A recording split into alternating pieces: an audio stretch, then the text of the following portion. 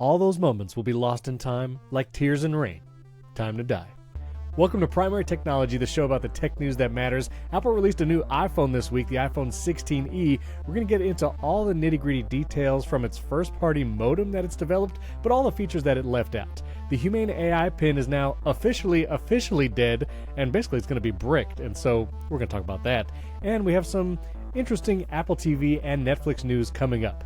This episode is brought to you by Bento Craft, from a developer who listens and is a part of the community of this show, so excited to talk about that. And you, the members who support us directly. I'm one of your hosts, Stephen Robles, with my expensive paperweight right here. And of course, joining me without a paperweight is my friend Jason A10. How's it going, Jason? People saw my desk last week on the bonus episode. I have a lot of paperweights around, but none of them were nearly as expensive as yours. Actually, I have an M4 Pro Mac Mini that is a paperweight, which is probably more expensive than your Humane Ai Pin. That is true. I bought I was silly and bought the fancy color Humane Ai Pin, so this was actually $100 more than the regular pin. So this was $800. I'm pretty sure the Mac Mini I bricked, since it's an M4 Pro with a 1 terabyte and 48 gigs, that is more expensive. it's probably more expensive. As soon as you upgrade that SSD, it's immediately astronomical. Immediately. That is a Mac Mini plus a Humane Ai Pin just to get the upgrade storage. Fair enough. This Humane Ai Pin story is wild. I also have a special device that I'm going to reveal when we talk about it because, I got it off eBay and I'm excited to show it off. So stay tuned. That's going to be after the break. But we have to talk about the iPhone 16e. So many details to tease through. But even before that, we have some exciting 5-star reviews. We're still a 4.9 star podcast for some reason. Let's go, people. Let's go. We need to get back up to 5. Someone left a 1-star review, but left no review, so we don't know why they're mad. Probably a Jason. Let's be honest. Let's be clear. That's obviously the case. But we had 2 people helping us get back to that 5-star rating. Jazzer789 from the USA, we're his favorite tech podcast, and fellow trumpet player. What's up? Battery percentage on though, so Jason won that one. That's all right. I'll forgive you because you're a trumpet player. And Ultraman 7 from the USA, battery percentage off. Who needs that stress in their life? Thank you, Ultraman. Appreciate it. It's nice that your brother finally left a review. I'm an only child, but thanks anyway. The brother you didn't know you had. Exactly, my long-lost brother. So if you could help us out, let's get more 5-star ratings and reviews. You get a shout-out. And whenever you write in the review, we basically say it on the show. So you can basically have me say anything. Within reason. We should revisit that rule here in a minute. But let's just workshop that. No, I might have just regretted that. And also, we've been doing old tech. This is a quick segment because people keep sharing old tech pictures in the community and on social media. I love seeing it. Kid B sent a message. This is a 1993 PowerBook. I said MacBook a couple weeks ago when I showed an old picture of a computer.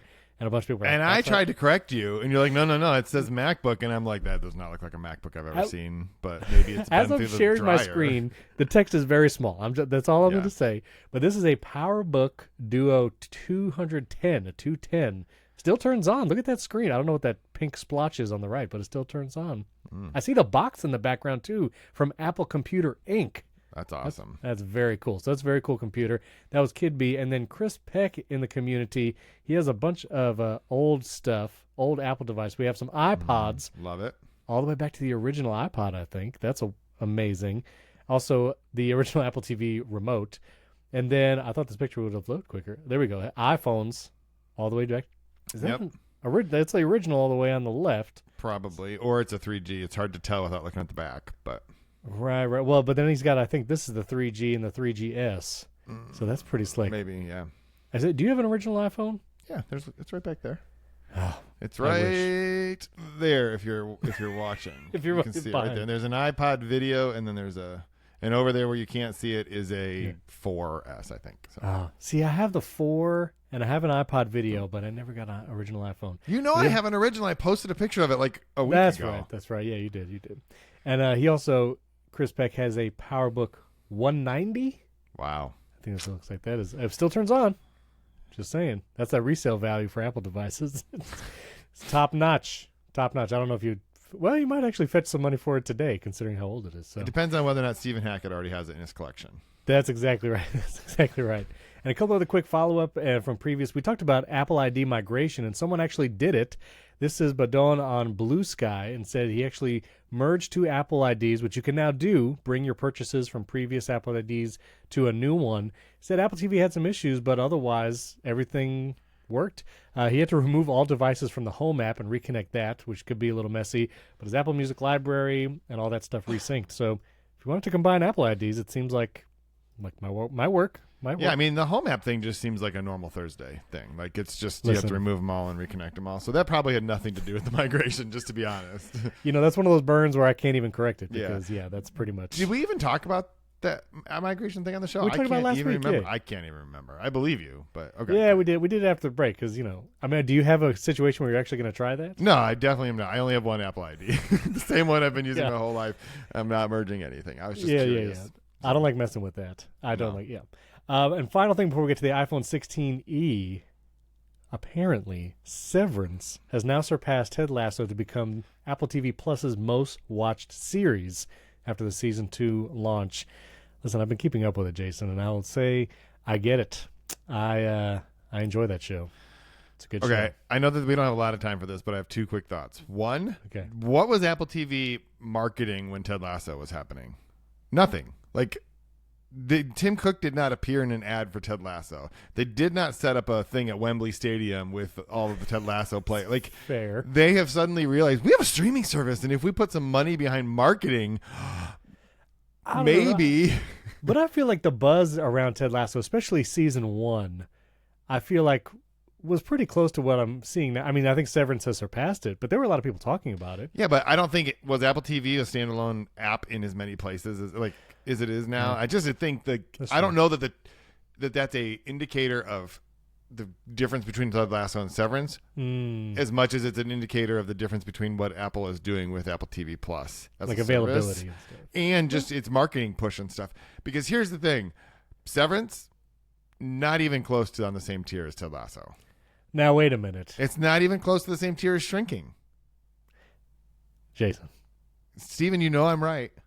I love Ted Lasso. I'll watch that dart scene at least once a year just to cry. Just because he needs to clean out his eyes.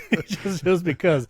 But I mean, the cinematography, the tension. I mean, it's for some, and people have been saying this on social media. For some reason, it is one of those shows that is just engrossing. Even though there's not a lot happening, there's a lot happening. There's nothing happening most of the time. Yes, but it is still engrossing and But you are just counting on there being a payoff at some point, and that the payoff is not going to be weird. But they pay off. Like at the end of episodes, there is a payoff, and it's a big deal. All right, I don't know. I'm not convinced. Have you kept up? Have you seen all? I'm only 5 episodes into season 1 at this point. Oh, forget about it. No. You got to get all the way through 1.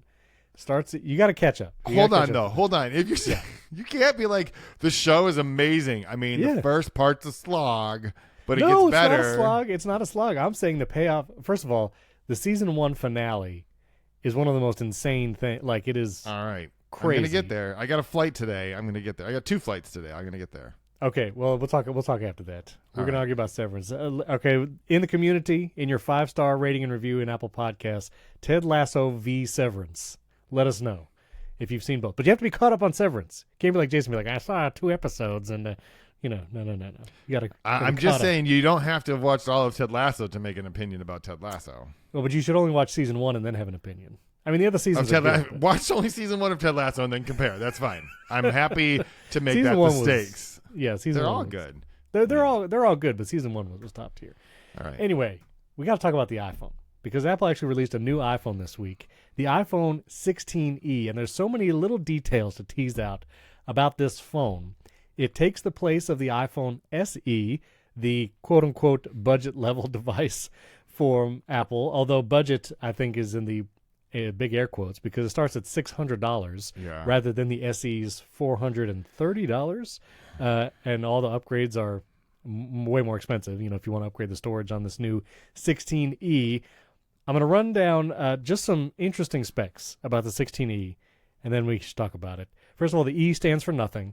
That was quoting John Gruber, who talked to Apple Press. They say the E stands for nothing, but we believe it's for everyone. But the E doesn't stand for everyone. It's just E. I don't know. We can talk about that.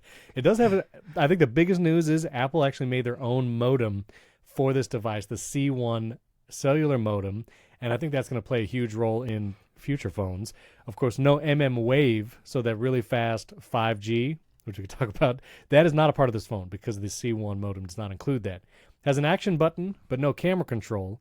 But you can do visual intelligence, and that visual intelligence will actually be coming to the 15 Pro models because you'll be able to map it to the action button. There's Qi charging, but no MagSafe. But there's better battery life than the iPhone 16. There's no home button. That's gone. It's Face ID. No Lightning. It's USB-C. It's eSIM only. 60 hertz display. No Thread or U1 chip, which I'm going to come back to that because that might be one of the more egregious things. The SE and iPhone 14 are now discontinued. You can't buy them from Apple anymore. So this is the base iPhone if you buy them new from Apple. And yeah, I wore my Let Tim Cook shirt today. I'm not sure if he cooked on this one.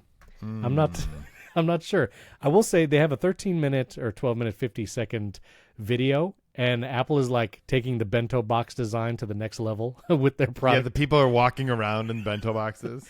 They're walking around, and actually the sponsor today is very exciting because there's a big connection to this. But anyway, the bento box is on point for the iPhone 16e in this video, which is cool. But there's just so many weird trade-offs and differences between this iPhone 16e. I don't know. What did you? It was as the data came in, Jason. What opinion were you forming as you saw this phone? Well, the most surprising thing for me is the price. Mm-hmm. It's interesting to me that Apple thinks that it no longer needs a low cost, like a sub $500 phone, right? Because they don't sell one now. And I was checking, and even in the refurbished store, you can buy an iPhone 14 Pro with 100. It's like $549. Like, it's like. It is not a. There's actually 13 Pros in there, but they all have a terabyte of storage, and they're like $700 or something stupid like that. So it is interesting to me that Apple doesn't think that it needs a. Now maybe this is a phone that T-Mobile is going to always sell for $499. Like maybe that's the strategy. Like let's make it a $600 phone. But that was the most surprising thing. Now the most obvious difference is Apple has finally killed off the home button. Right? There's no device anymore with a home button. My father-in-law is going to be ticked. Yeah, there's no iPads. There's no devices anymore that have a home button because they don't call the other Touch ID buttons home buttons because they're not at the bottom. And if you think about it, like that has been the single most iconic part of the iPhone over its history because you would see like silhouettes of the iPhone and they always had a circle at the bottom. And that's how you knew it was an iPhone and not some random Samsung knockoff, right? It was like in the icons of iPhones. Yeah, like when that's what I'm saying. Like it was the thing. People like, even if you hadn't had a phone with a Touch ID, a home button in years, you still knew like that was the thing about an iPhone. And so I don't know. The other most surprising thing for me is I was on a music video shoot yesterday. Say what now? Yeah, I'm not going to go into that. But wait, is this for your rap album that you have yet to announce? I was not the artist. Let me just be clear. I was photographing.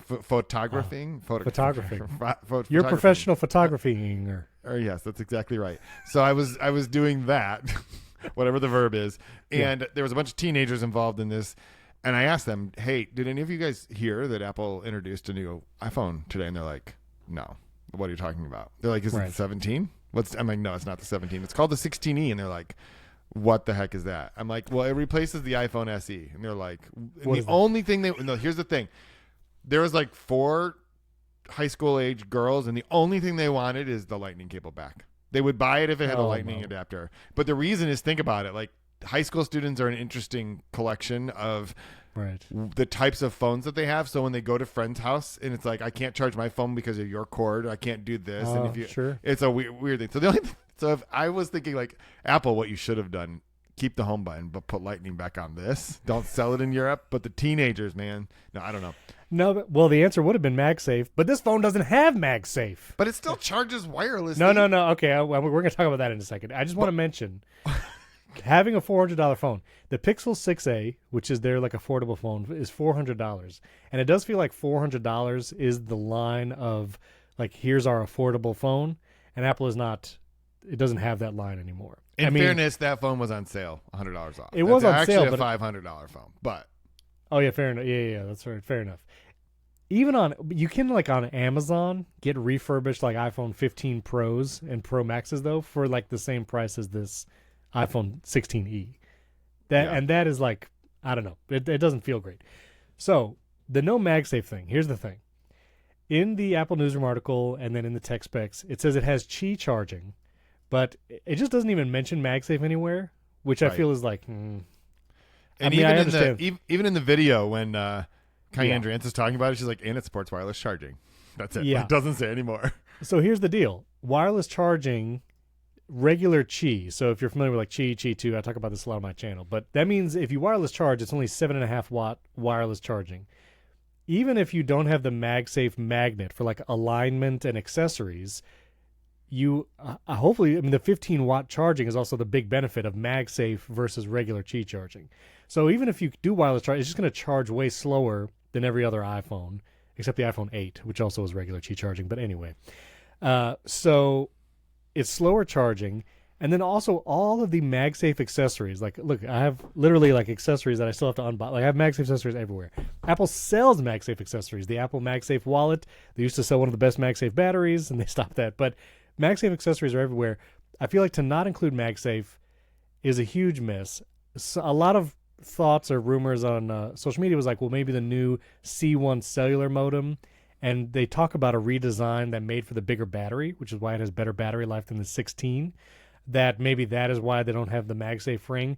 But it's like, listen, you can get a MagSafe case, and people are saying, like, well, just get a MagSafe case.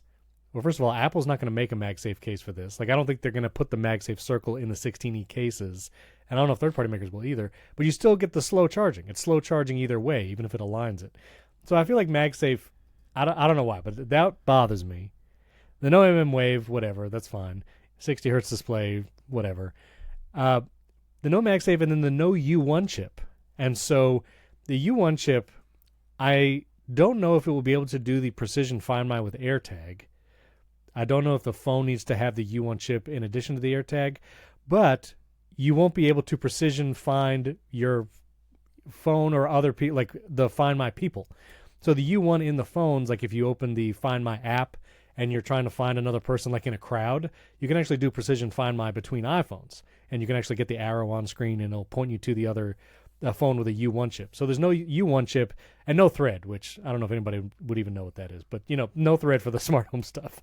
Sure. But I feel like the lack of U1 chip, the no MagSafe, the higher price, I don't know, it just kind of feels meh to me. Maybe not a big deal. But but I guess the question is, what they have to do something to differentiate it from the 16. It's $200 less than the 16. There's one less camera. The camera's a big difference. There's only one lens. That's not enough of a difference. No, that's not enough of a difference between for to justify this what they're trying to get at. It doesn't have any colors. No dynamic island. It's still a notch. Right, but I guess those are not the types of features I think that people who are looking at this phone, right, that is not really the differentiator. So at some point you have to have because otherwise it has the A18. It does have one less graphics core than the 16 does. It has the same neural engine. It has the same main camera. It has the Fusion 48 megapixel camera. It just doesn't have the ultra wide, which I learned is the thing that actually my daughter was like, I don't want this phone. It doesn't have the 0.5. I'm like, why do you care about the 0.5? Well, that's how you take all the funny pictures or whatever. I don't know. The funny pictures. Right? But it has the thing that Apple thinks is the most important. Because it has the A18, this phone does Apple Intelligence, right? And so you just have to think about how did they and it actually has better battery life than the 16. Right. So you just have to think about how do they make these compromises? And I don't know that the people who would spend the money on this phone are also people who are like, my life is built around MagSafe because I have the wallet and I have the whatever and I have this thing. I don't know. I just don't know that's. It feels like this is actually the logical area to pull back because the SE was it the 3 SE3 it did also only had Qi charging. Yeah, right. Well, so for me, my son has an iPhone 13, and so if I was looking to upgrade his phone, this iPhone 16e would actually be a viable option. He gets the Apple Intelligence, the newest chip, the camera's great, does it could do 4K 120 slow mo. No, sorry, not 4K 120. It only does the 1080p 120 for slow-mo. But anyway, it would be a great option for someone like my son to upgrade from the 13 to the 16E. But he does have like all these MagSafe accessories, mostly because I hand them down. Like I get them off for videos, and then I hand them down with like MagSafe batteries and chargers and cases. And like that would be a big part of how he uses his phone. Like he uses the batteries all the time. He has the 3-in-1 charging on his desk. Like that would be a miss. And I will have to test whether or not a case for the 16E with a MagSafe ring will suffice. I don't know, but that would just be a miss. And I also I don't know if a case like that will work because you have to pass the wireless charging from the ring of the MagSafe from the case to the ring of the MagSafe in the phone, and I don't know how that will work with the cheap. I don't think that's true. I think that the rings that you see are just the alignment, and the charging is actually in the middle of it. The charger's in the middle? If you see what a charger looks like, it's a whole bunch of It's a coil. Yeah. Okay, you might be. Those are just the alignment magnets. But I think the way to think about this, though, is if you line up the SE3, the 16E, and the 16, you're comparing the 16E to the features of the 16, but that's not what Apple wants you to do. What they want you to do is say, for $150 more, you go from like a 4.7 to a 6.1 inch screen that has 800 nits max brightness, so it's in 1200 peak, so you get HDR, which you did not have before. Right. You get the A18, you get double the battery life, almost, or something like that. Right. You get an extra camera because even though it only has one camera housing, they're calling the Fusion camera 201. Right. You get Dolby Vision. You can shoot 4K. Like you get all of the visual intelligence. You get Apple Intelligence. Right. You have the action button. Like that's the way that they're comparing it. Anyone who is thinking my kid has the 14 or the 15 and what would I upgrade to? That's not this phone. It's not meant. It's just not for that. Yeah. Right.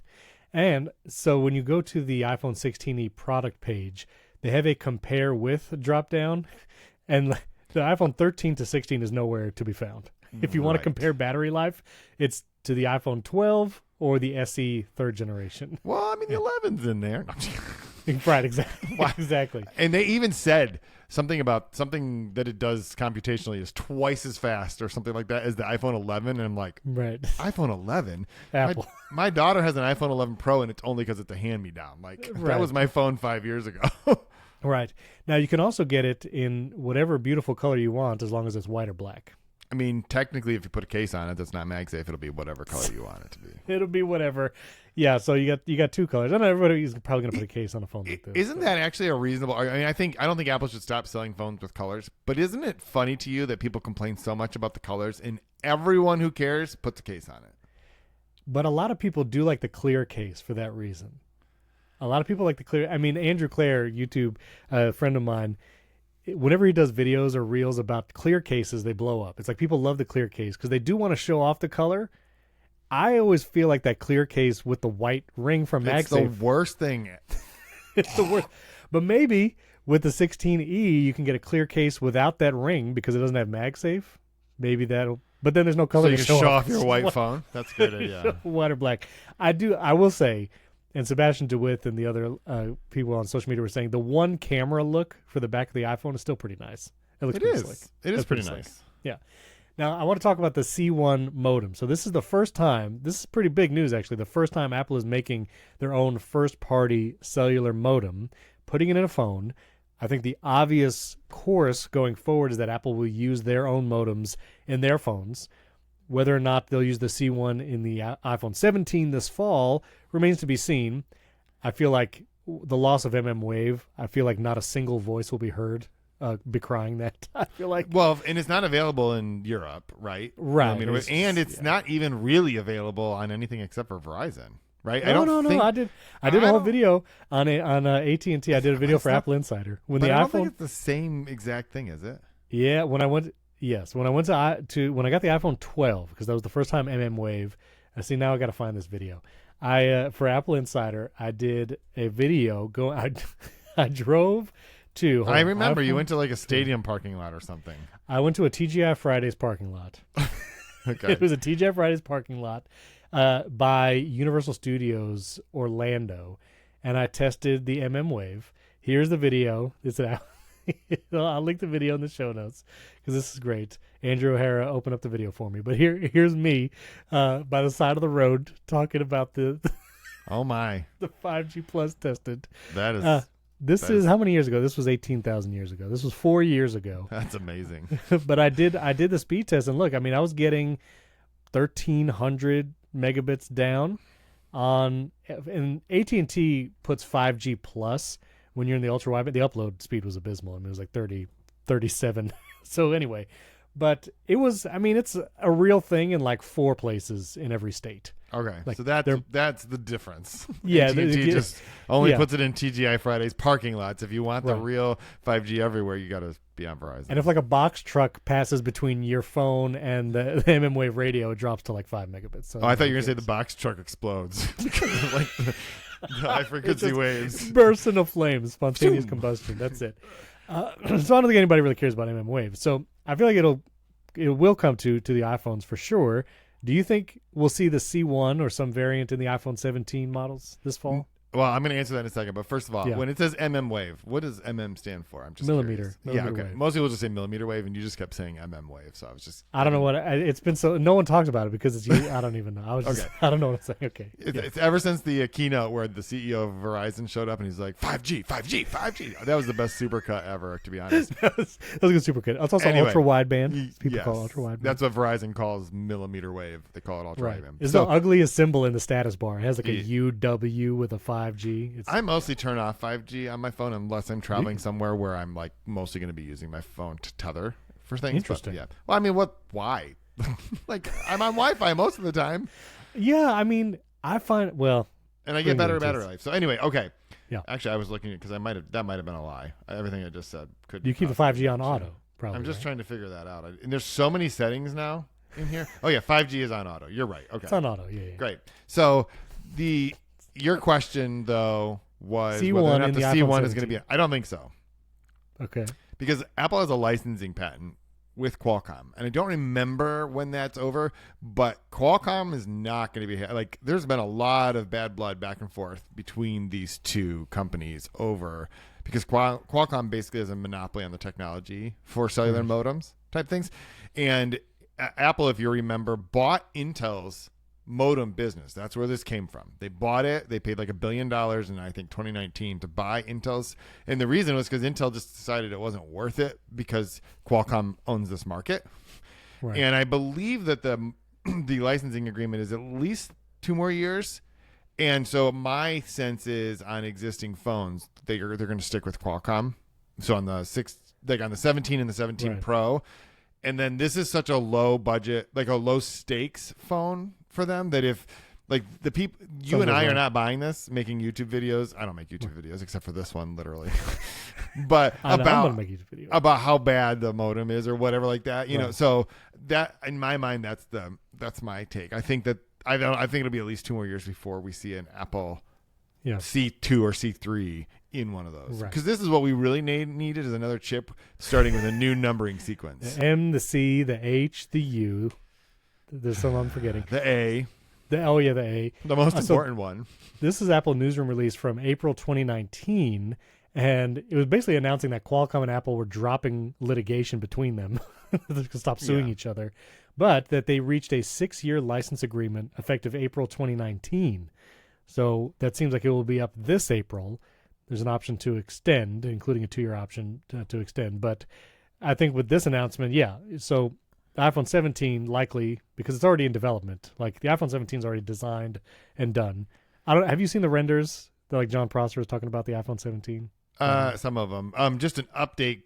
Qualcomm has told investors that the deal has been extended until at least 2027. Oh, interesting. Okay. So that's So and not that's gonna from see. like yesterday. Okay, Because very good. That was like Yeah. the question investors are wondering, like, oh, if Apple's putting out its own chip, how does that affect Right. whatever's going on? And so, yeah, it's. Yeah. I just think it'll be a couple years before we see it in. Those So here higher phones. my other question then, with Apple now developing its own cellular modem, is it possible that we will see cellular data connectivity built into MacBooks? I mean, if we don't, I'm never buying another one. No, I'm just kidding. No, like this is insane. Like I ran the poll and I was like, okay, M4 MacBook Air. What do we think is the most likely? And no one thinks cellular is coming to it. But I was like, please, like, Yeah. there were please. more people who thought that potentially it would get like OLED or something like that. I don't even remember, but it was just ridiculous. It's like, that's the thing I think most people want. Put it in a MacBook Air. Right. You don't have to put it in a MacBook Pro. Put it in the MacBook Air. Make some differentiation. And we're not gonna rehash everything the ATP guys said, but Casey Liss and all the guys at ATP, Mark Arment, John Syracuse, they all want cellular in MacBooks. And everyone who argues will just hotspot to your phone. You don't do that very often. If that is your defense about not building cellular into MacBooks, just hotspot. Because I've done it. I, for a long time, just bought iPads with Wi-Fi and would hotspot to my phone if I was in a cafe or someplace that didn't have Wi-Fi. And it works like enough where it's annoying when it doesn't. Like, it works like 70% of the time. And then the other 30%, you actually have to go on your iPhone, go to settings, go to cellular, go to hotspot, and hold that screen up so your iPad recognizes it. So it works most of the time, and it's great. But I've now, in the last 2 models of iPad Pro, have cellular built in. Like, I have it in my M4 iPad Pro, and it is so nice to just not even think about it. Like, I can just pull out my iPad wherever, and I'm connected. Either cellular or Wi-Fi, don't have to think about it. The cellular is just on. I think it does kill my battery. Like, my iPad will not sit there on standby for, like, more than a day without dying, which is kind of annoying. But the built-in cellular is a big deal. And for a Mac, like on a MacBook Air, I would probably get a MacBook Air with cellular. Like, absolutely. I think for all the people who say just tether, which, by the way, like, tethering's fine. Like, okay, that's great. But I would say to you, from now on, only make Wi-Fi calls on your iPhone. Don't use the cellular service. Like, don't use it. You only tether to Wi-Fi or to someone else's iPhone. Anytime you want to make a call or download data or use an app, you should just tether to something else. No, because there's cellular built in. That's like the whole point. So, like, I don't understand this idea that that's the holy grail of connectivity, is tethering to an iPhone that has cellular service. What if the cellular service was just in the Mac? Like, this is bananas to me that that's the argument. I mean, I get it, and like, yes, tethering used to be like this upcharge with a lot of the cell carriers, and I think now it's included in most data plans, so it is reasonable to tether. And I tether from my MacBook when I need to, but yeah, I would love a built-in cellular. So anyway, that's the iPhone 16e. It is I forgot the price already. It's $600. $599. Yep. $599, and then the iPhone 16 starts at, let me look, I think $799. Yeah, it's $200 more. Yep. $200 more. I will say, you got to give the credit to Apple for getting that pricing tier just Goldilocks right, where you want to jump to the next level. I don't know that we have to give them credit, just to be honest. I know. Well, no. I mean, Tim Cook. He's got the whiteboard with the, like, the charts and anyway. So yeah, I'm curious. I'm gonna get one to play around with it and review it. And the pre-orders are this Friday, which is the 21st. So tomorrow, if you listen to this when the day comes out, then you get it on the 28th. But we'll see. Yeah, the new 16E. That doesn't stand for anything. It's just 16E. Did the SE actually stand for special edition? Did Apple ever say that? Or was that just kind of a... I don't think they ever said that. And that would be weird to make your worst phone your special edition. That would be, that would be strange. I don't know. I think E stands super for... economical is what it is. Super economical. Apple would not say that. I think 16E stands for egregious that it doesn't have MagSafe. That's what the E stands for. That's egregious. The thing you're the most upset about is just... Really? Listen, I talk about a lot of MagSafe accessories on my channel. I really like MagSafe. That's all I'm saying. I understand. But I'm not going to get this phone, so it doesn't matter. I mean, as my main phone. So, not good. All right, we have to talk about... just going to get it as a paperweight. Thank you. Great segue. We're going to talk about my paperweight here in a second. And another paperweight, I'm going to flash it on screen to tease it. Look at that. Oh, we're going to talk about that in a second, too, if you're watching. YouTube.com/@PrimaryTechShow. But before we do, I'm excited because a listener and of this show, someone who's in our community and is a developer, sponsored this episode. And listen, if you're a developer or you have something that you want to advertise, like, we'll give deals on sponsorships because we'd love to be able to promote stuff from you guys, the audience, the listeners that do it. So I want to talk about this awesome app. You can get it for your Mac, your iPad. It's called Bento Craft. It's from That Virtual Boy.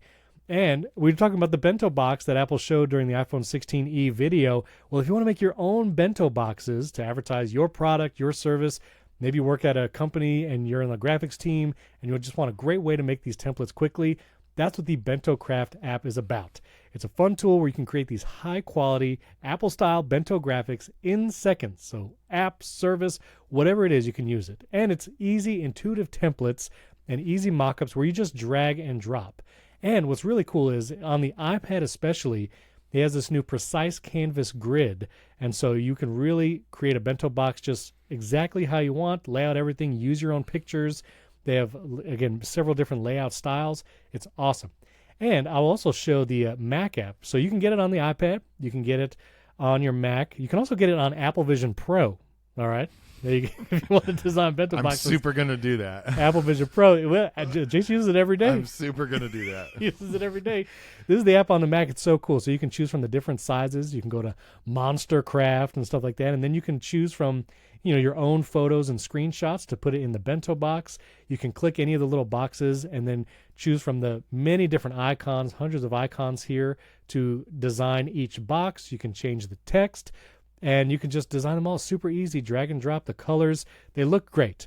And so it has all the device frames that you need when you're using the screenshots. You can customize, again, colors, text, backgrounds, images, and it's lightning fast on all the platforms. Again, the Mac, the iPad, super cool idea.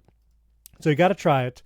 Bento Craft. You can go to the link in the show notes. You can go to his website and then download it directly from there.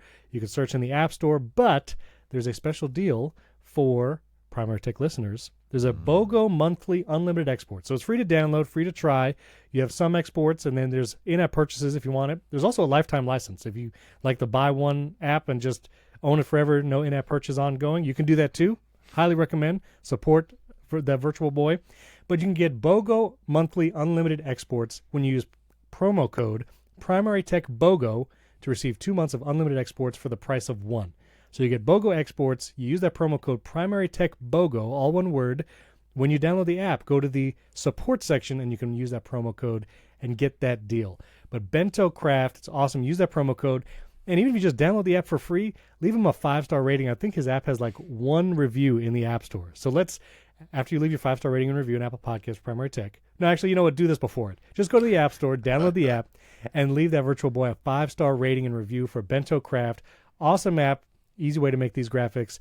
Thanks, that Virtual Boy, for sponsoring this episode, and go flood his app with 5-star reviews and downloads and do that lifetime purchase. And it's awesome. So very cool. Thank you, that Virtual Boy, for sponsoring this episode. All right. Also, this episode is sponsored by My Paperweight. I can't believe this happened. So the news is Humane. You know Humane. We've talked about Humane. I've heard. You've heard of I've heard. You've heard of Humane. They were acquired by HP, where I wouldn't call the Humane Ai Pin a cool tech product, but where interesting tech products go to die. So HP has acquired... Things go to die, yes. Things go to die. HP acquired parts of Humane, the Ai Pin startup, for $116 million. I don't even know if it's whatever. I don't know what they're buying. I don't know what parts they're buying. Cosmos, their OS, who knows. But the AI Pin is dead. And so an email went out to owners of the AI Pin, like me and 10 other people got this email and then circulated it on social media. Jason has an article here. We could talk about that too. But in the email, it says, the AI Pin, thank you for your support. Thank you for being an early adopter of AI Pin. I'm reading from the email now. We are writing to inform you that effective immediately, we are winding down the consumer AI Pin as our business priorities have shifted. And can I just say winding down is the most gracious term? They're like shuttering their doors in a week, as we will get to in a second. Effective immediately, new purchase of the consumer AI Pin will be discontinued. And what information did you have about sales of the AI Pin? So I asked a couple people that I knew that were familiar with Humane because I was curious about this whole if you're within your return window, you can still get a refund. And I was curious, I wonder how many AI Pins that is. And the number I heard completely unofficially was that was less than a few dozen. That was the way it was worded. So I don't know if that's anywhere from 1 to, 50 or something like that in the last 90 days, which I actually don't know whether I should be more surprised that the number is that low or that high. Because I could equally see no one has bought any of these in the last 90 days. Yeah. Who is buying them? What is they had a marketing push when it finally became available, but it's been quiet, ever since.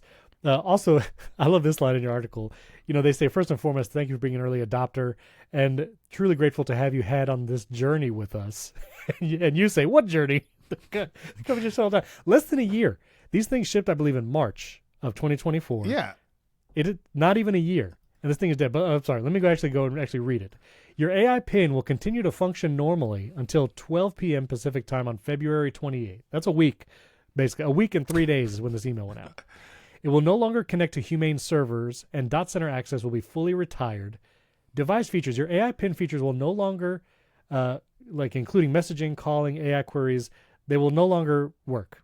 They'll all be shut down. Data access, all your data is going to be deleted by February 28th, 12 p.m. Pacific. And then basically you won't be able to do anything that uses the internet, except, and this is the most hilarious part of this email, what can you do with your AI PIN after February 28th? You can check the battery percentage. You can check the battery percentage because that's the offline feature. So you can start it up, charge your little booster rate back, use the laser ink projector and check your battery percentage. So I bought this thing when it came out. I pre-ordered it on day one because, listen, I was excited for AI gadgets, even though I knew they were likely going to fail. And it was a $24 a month subscription just to use this. Remember, it's the T-Mobile cellular connectivity, and I stopped paying for that several months ago, which then, like, it already made it a bricked product. Like, I can't really use this because if you don't pay for the monthly subscription, you can't access any of the cloud services. So I already stopped paying for it. But to purposely brick a device, like even if you were paying that monthly thing, come February 28th, the AI PIN is going to be a brick, literally, even if you paid, like I did, $800 for this device. Less than a year after I received it, it is becoming a useless paperweight.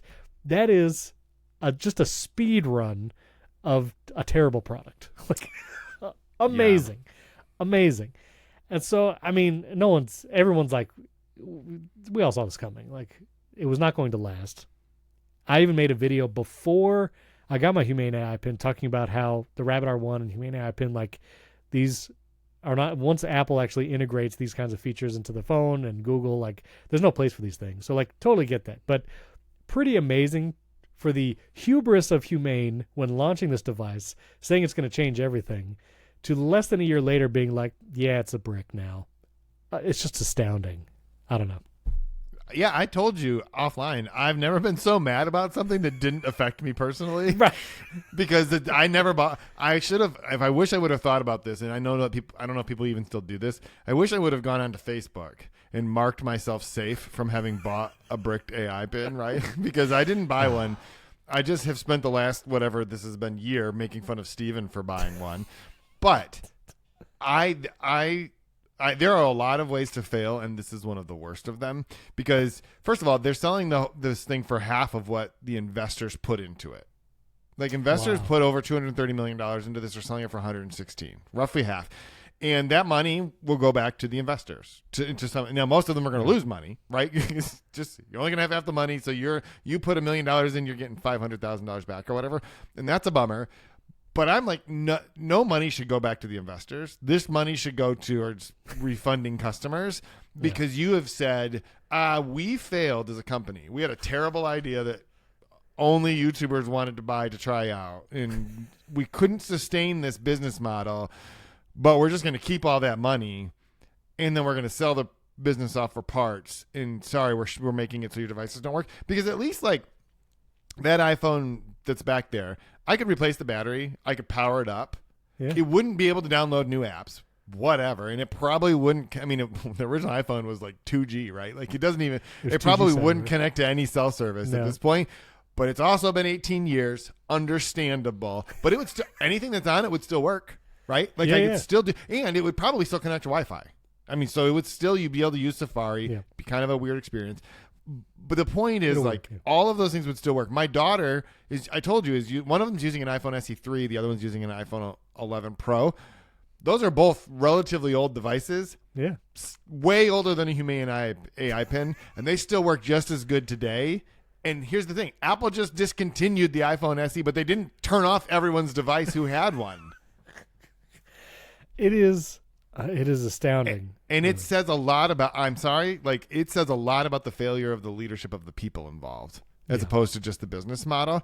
And I think what's weird is I don't think this started out, they've been working on this a long time, long before ChatGPT came along. This was not originally supposed to have like an AI angle to it. It was just they were working on a device that would free you from having to use your smartphone, which turns out nobody cares. Like, everyone just smartphone, please. Like all the, like, the books Palma. They're all not the Nook or what was the one? They're all The Nook's novelty Palma. devices. Yeah, but yeah. there's another one. I can't remember what the other recent one was. But they're all just like novelty devices. People still just want to use their phone. Like it's the most useful form factor for the things that people do the most. Yeah. And so just stop trying to invent a category of things that people don't care about and then take all their money and then shut the business down. It is wild. And so I have another device here that I wanted to tease because HP has now acquired Humane and it will just go by the wayside. So that's one hardware device. HP. Well, and they didn't acquire the hardware device, to be honest. That's just ceasing to exist. They basically hired all the people and they're going to make them build AI into HP laptops, I guess. Well, Sounds like a winning idea. The other hardware device, but I have much more nostalgia and appreciation for, is this thing, which I just got off on eBay. The Palm Pre 2. This thing, please tell me if you had this. I never had that. What year is that from? Like 2003? 2002? 2003. 2001? No. Palm Pre 2. 1984. Release. The Palm Pre 2 was 2010. They were still making that thing after iPhones? Oh my gosh. Well, yes, because there was still like the fight or whatever. So the original Palm Pre came out 2009, 2 years after the iPhone. That was the original Palm Pre. This is a Palm Pre 2, which improved things like speed and the keyboard thing. This was out in 2010. Palm, of course, then was acquired by HP and stuff. But slider phone, full QWERTY keyboard underneath the slider. This, honestly, really loved the form factor. Like, look how small and pocketable this is. Honestly, it's about the size of a Humane Ai Pin. No, it's two Humane No, but Ai it's probably about the size of an iPhone SE. Fair. Yeah, that. I wanted to get this because I actually wanted to make a video about it because I was curious, like, how does this software, because I always felt like WebOS was way ahead of its time. And honestly, like the responsiveness of the touchscreen and how well the web browser worked, like it was pretty astounding how good it was. And I had the original Palm Pre on Sprint. I really loved it. I think I dropped it once and immediately the sliding mechanism was broke. Like the sliding mechanism was not durable at all. And then I don't think I got another one again. It is connected to my Wi-Fi, by the way, but because I think this only has like Wi-Fi G or B, it's like I can't get internet access because my Wi-Fi is like the Wi-Fi 7 AC. Finally, all that speed is coming back to just the little internet bits are just circling around that phone like furiously trying to get in, and it's like you're too fast. I don't understand. You're too what fast. is this network? But see, it's connected to the Wi-Fi. But I'm gonna see if I can put a micro SIM card in here or whatever. But anyway, I just wanted to mention this because. What were we gonna say? What was the quip? I mean, it does a lot more than the Humane Ai Pin ever That's did. right.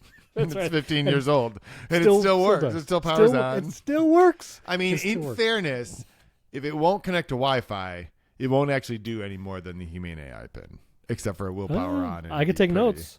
I could take probably notes. has a camera, right? Oh, it does have a camera. Hold on, let me launch this camera. Let me see how let's good this guess. camera Is it what is it? 1.2 megapixels. Look at that. Look at that camera. You got it's immediately more than the Humane Ai Pin. Yeah, that's true. Let's see. I'll take the picture. Oh, the flash was on. Now I'm not blinded. It has a 5 megapixel camera on that thing. Listen, capacitive home button. So it was a capacitive home button to touch. So you just touch that and you go home. The multitasking view that iPhone totally took from this. Hijacked, yeah. The Pre was first. Like the Palm Pre was first. It did it all. And I mean, look at this. I have my calendar. I can do my calendar here. Look at this. This is gonna be. I mean, you can't phone. sync anything to the calendar. No. This is it. I'm using this as my phone. It has look, it has YouTube, but it has like the icon is like YouTube. That's anyway. This is gonna be a journey. That's for sure. This is gonna be a journey. I can't wait to make this video. I just gotta get it connected to the internet. Anyway, the Humane Ai Pin, like, such a debacle. But also, I saw Rabbit R1 also announced yesterday that they're showing off their large action model again and how it can take action or whatever. None of these devices. Here's what I will say. The One AI device, and yes, they sponsored a video on my channel, but I actually still use it. The Plod Pin, which it has one use case. It records audio and then transcribes it and uses ChatGPT to give you a bunch of different summaries. That's it. It's got the one use case. I do think there is a future where some of those bespoke, single-purpose quote-unquote AI-powered devices could be useful in people's workflow, but to try and make an AI device that does all the things your phone does but worse, there is no future for these. It's over. Yeah. Also, I don't think that people want to wear it on their shirt. No. Not in that form factor. I mean, if it's like a Secret Service pin, then you look cool. But you walk around wearing that thing, and people are like, not so much. Yeah, not so much. Someone on social media said they saw somebody at Disney wearing one of these the other day. I don't know what they were doing. But horrifying. And anyway, goodbye, Humane. Goodbye, Humane AI Pin. We hardly knew ye, but it's amazing how inhumane their failure was. We might have to end the show right now. I don't know if I can go on. That's good. You also have no argument. I mean, I'm right. Yeah, no, it is true. All right, we have to talk about. Whoa, I almost left the studio. Don't do that. I'm trying to share my screen. Anyway, you really meant it. Show's over. That's it.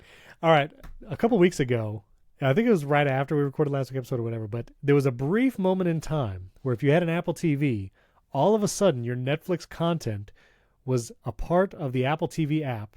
Like, you know how all those other apps connect and you can put episodes in your watch list and you're up next and it integrates? For a brief moment in time, it actually was working where your Netflix stuff and Apple TV work together, and then it disappeared. And it's very mysterious. No one knows what happened except for our own Jason A10. I don't know that.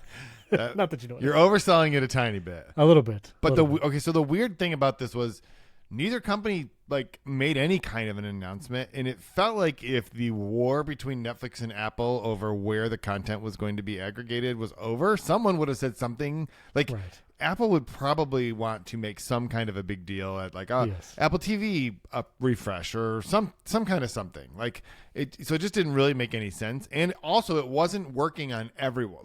I tried. I went on to multiple Apple TVs at my house, didn't get the notification, didn't see what other people were seeing. So this was not a actual feature update. Right. I even spent time making sure that the Apple TVs were updated to the latest version of the software. There's a lot of potential variables, and I'm right. Not because I was oh, this is the feature I've been waiting for. I barely subscribe to Netflix a couple times a year. So this was not a big deal to me. But I wanted to know because it's all of these, there's a lot of articles written, Apple and Netflix clearly buried the hatchet. It's do we even know what's going on? And I talked to quite a few people. And the understanding that I was given, so I think Netflix gave a statement to several places, which basically said this was a glitch or this was an error. It wasn't meant to happen. Don't get excited. And it is not indicative of any future product stuff, right? We don't know for sure if that's the case because that could be a true statement. This thing that happened is not indicative of a future product. If the thing was just an accident, it doesn't tell us anything about a future product necessarily. It seems like an odd accident. What is weird to me is everyone was talking about how could this even be possible if Netflix hadn't built the capability to serve its content? And the understanding that I have and I talked to several people about this, is that the way that these services, so Google TV, Apple TV, I guess Roku, Fire is Fire. Is that the TV. 4 basically? Okay. Yeah. The way that those things work is that any of the content that and the apps that is coming through the service literally is sort of available to the operating system, right? Because the operating system is running at the base level of these devices or whatever, and so any of them could do that at any given time. And so the reason that Apple and Netflix that it's not available isn't so much technical as maybe there's an agreement somewhere. And I pushed and I tried to find out what is the contract say? Well, you can't find that contract. That's never going to happen. Right. But it sounds like the mistake that was made wasn't on Netflix's part. That somehow a switch got flipped somewhere maybe, and then it got rolled back, and that's why I would be apprehensive about the idea that this is an imminent change that's coming, because it isn't like Netflix built a thing, and then an intern somewhere tripped and hit a switch and all of a sudden this happened. I don't think that that's exactly what happened. So I wish I could be more clear and I knew more about what was happening but I don't write software and I don't understand. I just know what API stands for. I don't even know what it means. So I'm trying to for? Application programming interface. Oh, okay. I'm 88% sure that that's what it means. Okay. We're a great tech podcast, by the way. No, listen, I don't know anyone else saying what does API stand for? I think you're probably right. Application Programming Interface? That's what I said. That's what you said? Yeah, you got it. Okay, great. So But I don't know what that means, but it's how applications program an interface to each other. So basically that it's strange because that functionality seems to be there, and it's the fact that it's not active is some like purposeful block because of an agreement. Like that appears to be the case. That's sort of what it seems like, and it seems like whether that's a specific contract that says you are forbidden from doing this, or if it's we'd really like it if you didn't do this because we'd really prefer that everyone be in our app. Like I don't know. Like that's not information that I have. Right. I would. It sounds though like maybe most of people jump to a lot of assumptions very quickly, and I'm not sure that we know any more other than this was a really weird thing that happened. It's a really weird thing that happened. The functionality is probably not coming soon. Strange. I mean, and the crux of it is Netflix wants you to go into their app because that's how they get all the data. And again, I've talked about it before, but there was a Decoder episode where Nilay interviewed one of the Netflix co-CEOs, and he talks about all of the algorithmic programming and calculations that go on behind the scenes when you open the app to literally serve you things in real time, basically, based on your history, based on what's popular. And so that aggregation can only happen when you open the Netflix app. And that's why they want you to do that, because that's how they get that information. And even like how long you hover over a show or movie poster, or how long you watch the preview that auto plays at the top, which is super annoying. Anyway, that's just me. I don't know for sure. And I believe the Netflix co-CEO when they say those types of things, but it actually is confusing to me because I don't know that aggregating your information. They really just want people to make Netflix a destination. They want to be seen as a destination and not as on par as, Handmaid's Tale and whatever other shows are on all these other streaming services. Right. They want it to be like, I intentionally went into Netflix because if you think about it, if you've been watching Stranger Things and so Stranger Things pops up into your continue watching, like that actually helps Netflix. So there must be a lot of benefit to Netflix to like making people go to the Netflix app instead. So yeah, and the co-CEO talked about it like they just calculate all of that, and that helps them make their decisions. Even like the way YouTubers will try different thumbnails, like Netflix does the same thing, like multiple thumbnails per movie, per show, or whatever. But notably, still no app for Apple Vision Pro. It's been over a year. Still no Netflix app on Apple Vision Pro, which seems odd. I don't know. It does seem odd. No YouTube app either. Yeah, although the Juno app, which if you downloaded it when it was available, is still fantastic. So it is fantastic, but then for YouTube to YouTube blocked it, right? It works. I don't think you can download it anymore. Right, you can't download it anymore. But anyway, but no Netflix app on Apple Vision Pro. I mean, that's something. I guess they don't have content that would show off the immersive nature or 3D nature, but I mean, the one good thing about that is because you have to watch Netflix in a browser, it doesn't automatically try to forcibly serve you the 3D version like the Disney Plus app does. Oh, yeah. Every movie you pull up in Disney Plus, it's like, here's the 3D version. I'm like, no, I just want to watch a normal movie. Right. But you have a headset on. I'll take it off. Don't make me take this off. I will say, when you get to the season 2 of Severance, the snow episode, the orc bow, you should watch that in Apple Vision Pro. In the environment of Yosemite, in the snow. It's a nice touch. Should I take it on a plane today? Yeah, finally, yes. Yes, do that. See, I would do that, but only because my 16-year-old daughter will be there, and it'd be mortifying to her. Whatever the motivation needs to be, Jason, do that. Bring it with you. 100%. We'll see. You should do it. Okay, anyway, let's do a little quick personal tech, and then we have to get to our bonus episode where Jason's car apparently broke down again. Anyway, he sent me that picture. So, but talk to me. You are using the analog system. Tell me about it. We're a personal tech podcast. No, we're a tech podcast, but we talk about personal tech, and sometimes personal tech can be low tech, right? Oh, absolutely. I feel like I just started reading a sponsor read. This is not a sponsor. It did sound like that. Not at all. No, here's the thing.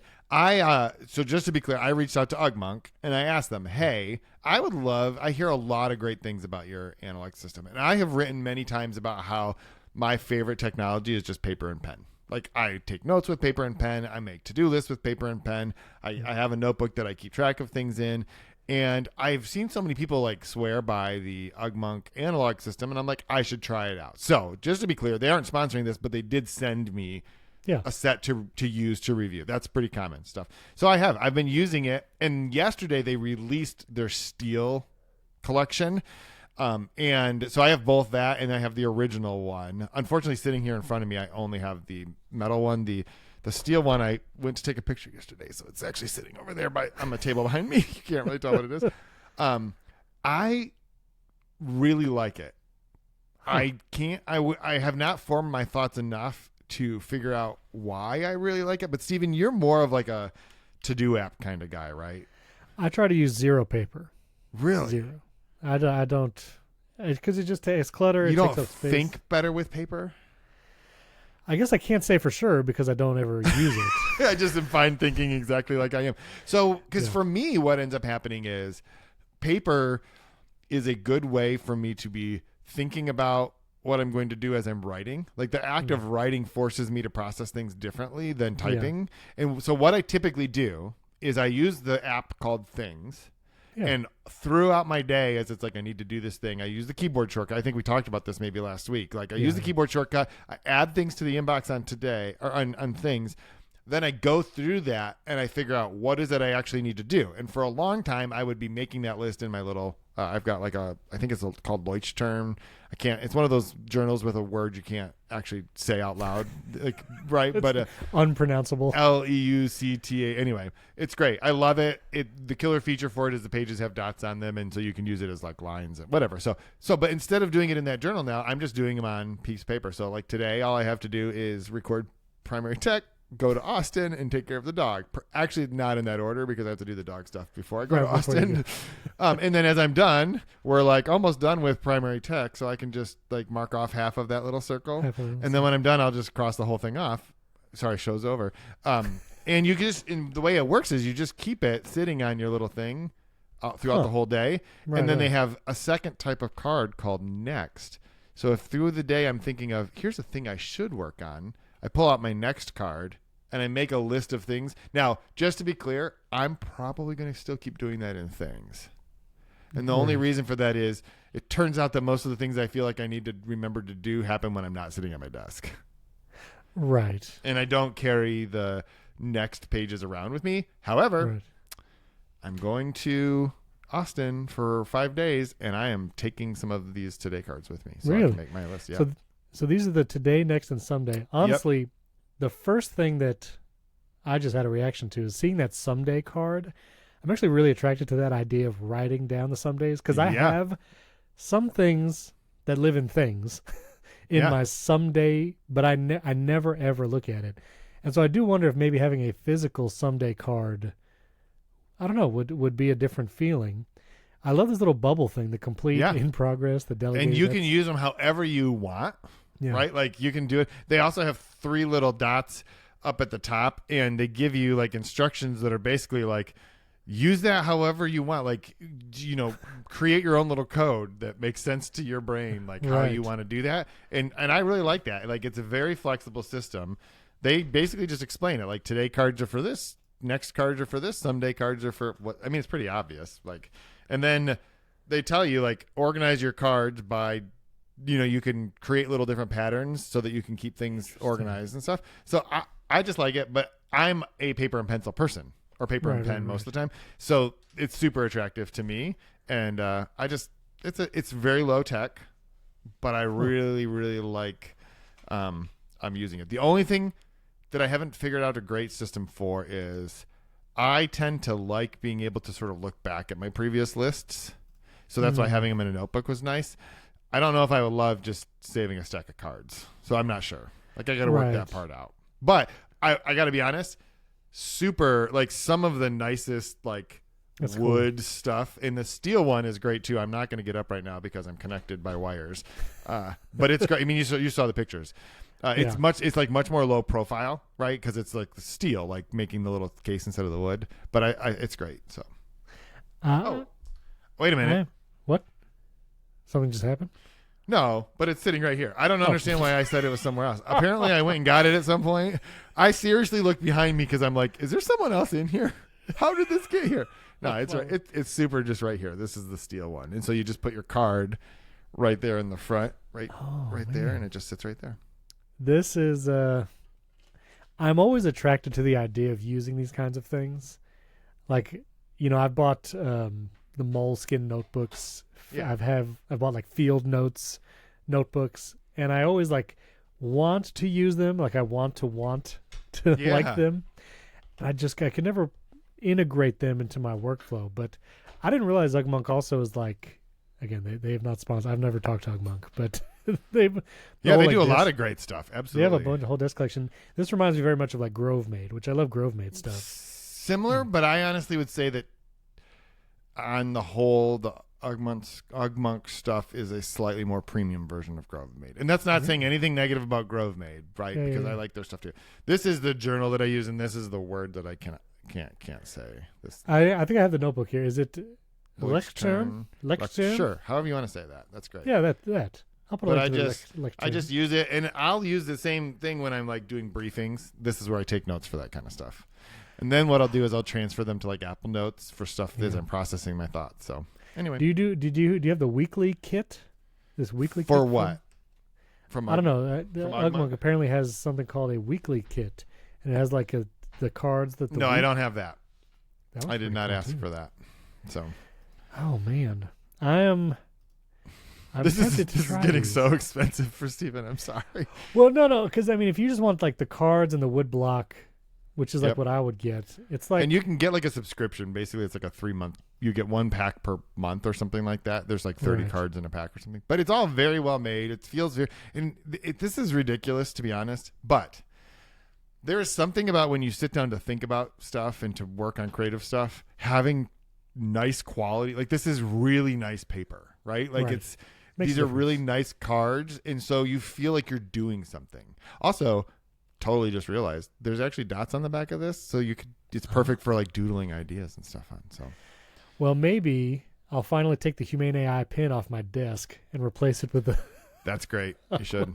starter kit. That's really cool. I'll put a link to it. We don't have any affiliate link or anything. If you want, No, to and try I'm it. going to write a review of the whole thing, and so we'll include that at some point in the future Yeah. when I do that. So, And I'd love to hear on community or via social, like who and how many use like that physical, tangible thing. Because I'm always, I also have like the Cortex yearly theme journal. Like I literally have one of those journals. I think I wrote a theme in it one year and then never anything else. I just struggle to, like, I want everything digital because it's searchable, it's available everywhere, computer, iPhone, and so I struggle to know how a physical thing will fit into my thing. But this looks really cool. We'll see. That's fun. Anyway, all right, I want to know why Jason's Tesla's broke again. So anyway, we're going to go record a bonus episode about that. But again, you can leave us a 5-star rating and review. Leave Bento Craft a 5-star rating and review in the App Store. All those links are down in the description. In the episode show notes, you can, of course, watch us, youtube.com/@PrimaryTechShow if you want to see my Palm Pre 2 that I was showing off on camera. The back of this is disgusting. I don't know what the previous owner did to it. It's like sticking to the desk. Anyway, let us know. You can also comment on our YouTube. That's a great place to do it. And then join our community, social.primarytech.fm, and you can share photos of your old tech, comment on the episode posts. We'd love to hear from you there as well. Thanks for listening. Thanks for watching. We'll catch you next time.